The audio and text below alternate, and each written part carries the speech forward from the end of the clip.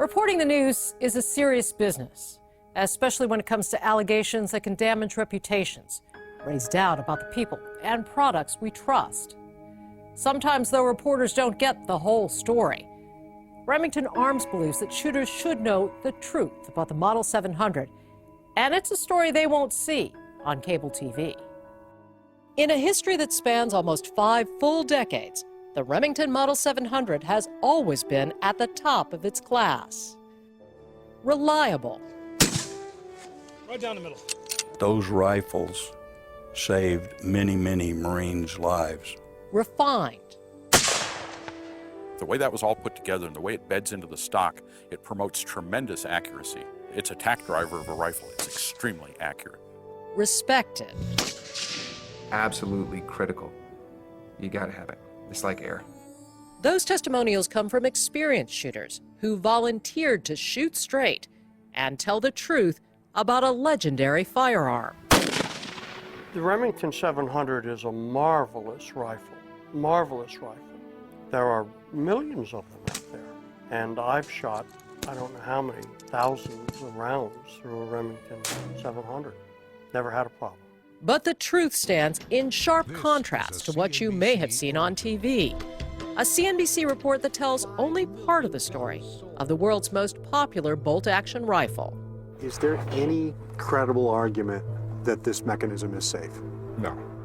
In fact, a review of the program uncovered numerous inaccuracies, misstatements, and mischaracterizations, all in support of a false conclusion that a design flaw in the Model 700 makes it prone to accidental discharge. Since the first Model 700s were introduced almost 50 years ago, more than 5 million have been sold to generations of satisfied shooters. Billions of rounds have been fired.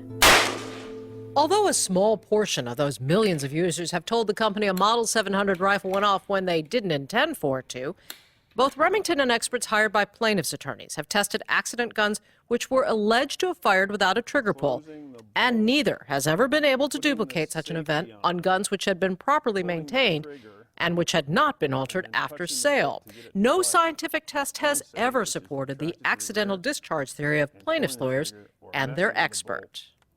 That's true, even with the gun at the center of the CNBC report. The reporter tells the compelling story of the Barber family, who lost their son in a hunting accident a decade ago. But the show never reveals the condition of the gun, which experts found was heavily rusted, with a trigger engagement screw, safety lever, and fire control mechanism all adjusted or removed and reinstalled. A statement made shortly after the incident concluded that a number of abnormal conditions existed in the Barber's firearm. Even so, experts for both Remington and the family found the Barber's gun worked properly when it was tested. The supposed flaw could not be repeated. The gun fired only when the safety was in the fire position and the trigger was pulled, exactly as it was designed to do. At the end of the day, with the Barber incident, we weren't there when that happened, and we feel for that family. I mean, I have the deepest sorrow for any family that suffers that kind of loss. At the same time, CNBC did not make a factual tie between what happened during those personal tragedies and a defect in our firearms. Another story involved the death of Kathy Anderson, which CNBC began by inaccurately reporting the shot was fired when someone unloaded a gun in the next room. Bullet went through the wall, shot that lady in the head. She died in her sister's arms. But the police report clearly reveals that wasn't the case at all. An investigator's diagram shows Mrs. Anderson was in the same open space as the shooter, just a few feet away, with no obstruction between them. The investigator's report shows the shooter wasn't unloading the gun, but had handed a loaded firearm to a 14-year-old visitor without checking the bolt closure first. As the teenager gave the gun back, the shot fired, killing Mrs. Anderson. Once again, when experts for Remington and the woman's family examined the gun, neither side could replicate the alleged problem. The gun fired only when the trigger was pulled. The CNBC report featured other incomplete evidence. No fire. Like this video, which purports to show law enforcement officers having trouble with their Model 700s. But veteran investigators who've seen the entire video say they doubt that. For one thing, the video doesn't reveal the condition of the gun or what happened to it after the camera stopped rolling. I would want to see the condition of that trigger. Who's been in there? What's happened with it? Have the screws been tampered with? Have the adjustments and the sears been tampered with? Was the factory seal taken off the screws? So forth and so on. There's a lot to look at. But the guns with the alleged problems were not sent to Remington Arms for examination. And the video raised other questions. Who made the videos and for what purpose? Were the rifles shown tested and inspected? And what were the results? The video came to Remington's attention through a lawsuit brought by a police officer in Hobbs, New Mexico, who claims his Model 700 sniper rifle, seen on CNBC, discharged accidentally when he slapped the bolt open. But watch, as an investigator tests the very rifle involved in the lawsuit against the officer's claim that the rifle went off on its own. And I'm about to unload it the way it was advised that it was unloaded at the time of the discharge.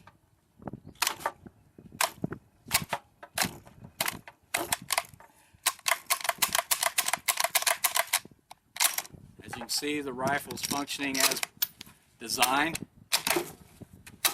And then there are the documents, which CNBC says prove the U.S. Marine Corps has had trouble with a variation of the Model 700, the M40A3, which uses the same fire control system. Retired Marine Captain Jason Schaubel, who received the Silver Star, the Bronze Star with a V device, and a Purple Heart for his combat service in Iraq as part of an elite force reconnaissance unit employing sniper teams, and is now a Remington executive, looked at the complete documents and found they tell a very different story. Marine Corps investigators concluded discharges had occurred after sniper trainees had adjusted their triggers outside of authorized limits. The Marines issued changes to the training manual to halt the adjustments, disassembly, or honing, stoning of any part of the trigger group. Since those incidents in 2003, the Marines have gone on to order hundreds of 700 actions, including the Walker fire controls from Remington. We're very confident that our customer has confidence in us, in both the safety and the quality and the craftsmanship as the core of their sniping capability. In addition, Remington Arms contacted all of the government agencies profiled by CNBC to confirm there are no outstanding issues. The recurring theme, improper maintenance and adjustment, can compromise any firearms performance. In any accidental discharge claim, the investigator must determine whether the firearm was adjusted below the minimum parameters for trigger pull, or the sear adjustment screw was adjusted, which is not authorized, or there was improper maintenance. Just like any complex machine, if you introduce a lot of debris and gunk and rust and you don't take care of that over time, you're going to have issues with those materials and with how those materials interact. Remington's focus remains on information, not innuendo, unlike the insight of so-called corporate insider Roger James. CNBC doesn't tell viewers what James admits under oath. That he never worked in Remington's firearms plant and only handled customer complaints about ammunition. What's more, James left the company 17 years ago. Did he have any recollection of ever hearing anyone at Remington discuss alleged discharges involving bolt-action rifles like the Model 700? James's answer, under oath, no, sir. The other Remington insider featured in the CNBC report is the elderly designer of the Model 700. Although Mike Walker had declined an interview request, CNBC came calling anyway at his retirement home and got its camera rolling. Mike Walker is a legend in the Remington community. He's one of our most distinguished inventors and engineers. He's a revered employee. We feel it's irresponsible that CNBC cornered the man and tried to get him to say things that were bad about Remington. The report points to documents Mr. Walker wrote in the 1940s, more than a decade before the Model 700 went on the market. But he can't say much about current manufacturing or quality control at the Remington factory. He retired in 1975. CNBC reported that since the introduction of the Model 700 in 1962, there have been over 75 lawsuits filed against Remington. Only a fraction of the lawsuits actually went to trial, and of those that did, juries have found in Remington's favor in a vast majority of the cases. In part, that's because outside experts, even those working for trial lawyers, even they have never been able to reproduce the alleged flaw in a properly maintained and adjusted Model 700. The gunsmith relied on by CNBC is Jack Belk, who frequently testifies for plaintiffs' lawyers against firearms manufacturers about his so-called debris theory. Belk admits, under oath, that in his examination of Remington accident rifles, he has never found debris interfering with the safe operation of those rifles. My question, though, related to Remington Model 700s and 710s, whether you had ever examined any of those guns from the field and found there to be debris or manufacturing scrap causing a precipitous engagement. No, sir. Do you know of anyone who's ever found that? No, sir. CNBC features a 3D animation which diagrams Belk's hypothetical debris theory.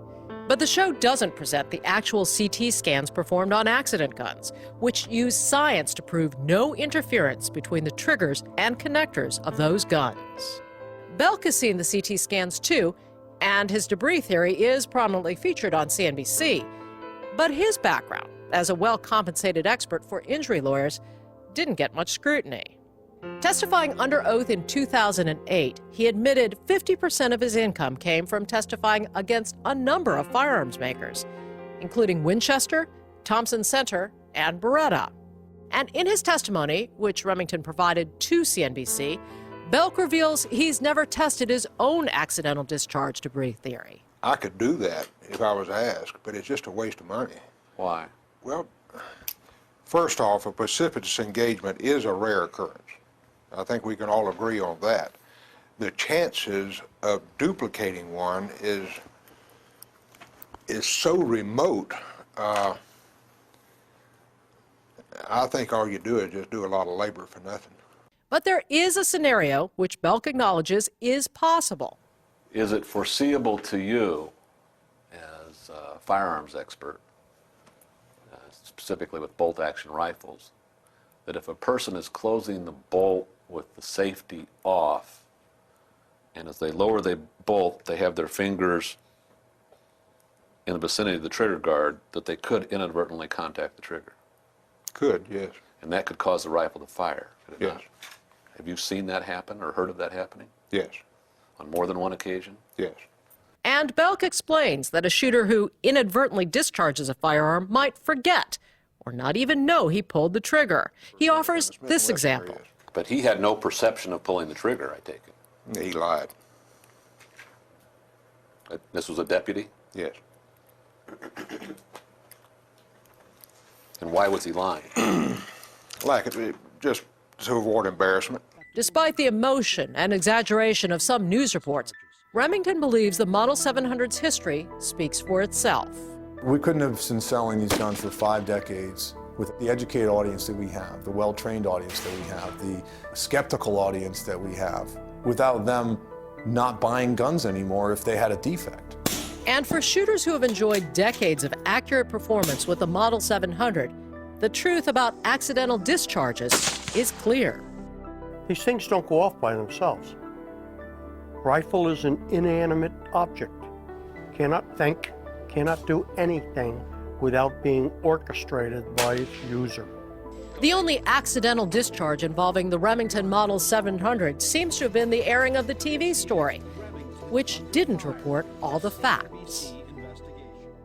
It's never easy to get a fair hearing in the court of public opinion, but Remington Arms believes it is important for the shooting community to hear both sides of the story. Remington is grateful for the opportunity to shoot straight with its customers at Remington700.tv and to tell the truth.